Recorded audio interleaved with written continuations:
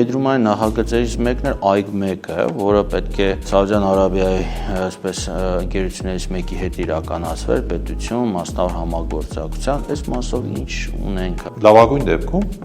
այդ ընկերությունը գալու է այստեղ ինչ-որ մրցույթ հայտարարի եւ ենթակապալառուներ ընտրի, որոնք ինչ-որ ծրագիր են իրականացրել մեկ անգամյա եւ վերջ։ Ազդեցությունը, այդ ծրագրի ազդեցությունը էներգետիկայի վրա հսկայական է, որտեղ 200 մեգավատը բավականին մեծ է եւ այս պայն անորոշ է դեռ ինչպես այդ արտադրված էներգիան կիրացվի եւ կարծում եմ, որ հենց ծրագրի իրականացման ժամկետների ընտրությունից դրանով է պայմանավորված, հաջորդ տարի պետք է, հաջորդ տարվա կարծեմ երկրորդ կեսին պետք է սկսվի ծրագիրը, ենթադրում եմ, որ հենց Իրանի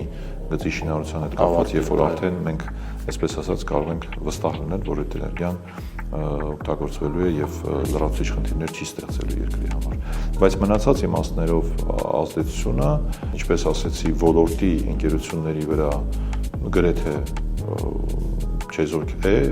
բացառությամբ այն ընկերությունների, որոնք կապալառու կլինեն,